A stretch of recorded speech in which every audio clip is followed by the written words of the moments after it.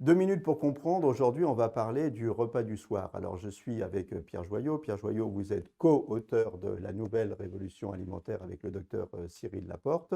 Le repas du soir, il est important. Alors il est important, j'ai envie de dire oui et non. Dans notre société, il est important parce que le repas du soir, il représente le moment de partage en famille. La question que l'on peut se poser, c'est doit-il être léger ou très complet? Euh, Ce qui va déterminer cela, c'est aussi ce que l'on a fait dans la journée.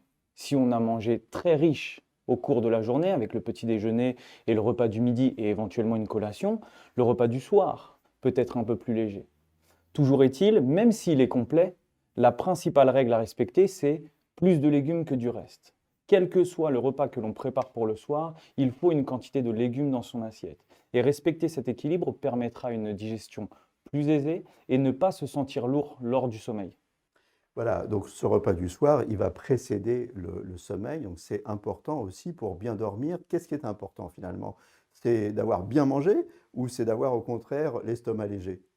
Alors, l'estomac léger, mais ne veut pas dire qu'on n'a pas bien mangé. Une très grande portion de légumes accompagnée d'un petit peu de céréales qui vont permettre, grâce aux glucides, d'apaiser le cerveau, grâce à l'activation de certains neurotransmetteurs, vont permettre de bien dormir. Et si on a plus de légumes que de féculents, que de pain, que de pâtes, que de riz, que de pommes de terre ou de légumineuses, eh bien, le repas semblera léger lors de la digestion.